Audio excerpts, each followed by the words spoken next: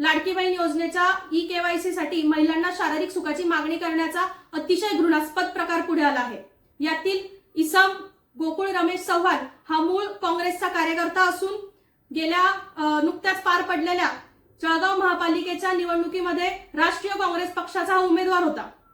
लाडकी बहीण योजना ही महायुती सरकारची आणि त्यातल्या त्यात आमचे दिवंगत लोकनेते आदरणीय अजितदादा पवार यांच्या कार्यशैलीमुळे लोकप्रिय ठरलेली आणि संपूर्ण महाराष्ट्राच्या महिला भगिनींना समृद्ध करणारी ही योजना असल्यामुळे महाविकास आघाडीतील नेते आणि विशेषतः महिला पदाधिकारी यांनी योजना बदनाम करण्याचा एक कलमी कार्यक्रम हाती घेतलेला आपल्याला सर्वांना दिसतोय। महिलांना ई-केवायसी साठी शरीर सुखाची मागणी करणारा आणि आपले तोंड काढ करणारा गोकुळ चव्हाण हा महाविकास आघाडीचा आणि काँग्रेसचा कार्यकर्ता असल्याने आपले ठेवावे झाकून आणि दुसऱ्याचे पाहावे वाकून अशा पद्धतीने मूळ मुद्द्याला पांघरून घालून उथळपणे माध्यमांमध्ये स्टेटमेंट देणाऱ्या राष्ट्रवादी काँग्रेसच्या महिला आघाडीच्या नेत्या रोहिणीताई यांनी महिला व बालविकास मंत्री आमच्या नेत्या आदरणीय अदितीताई तटकरे यांना सल्ला न देता आपल्या कार्यकर्त्यांना आवर घालण्याची योजना आणावी।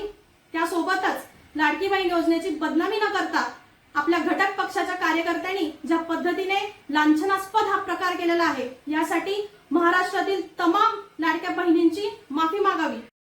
शिकूया AI ची क्रांती, चला करूया MSCIT। आजच नजीकच्या MSCIT केंद्रात आपला प्रवेश निश्चित करा।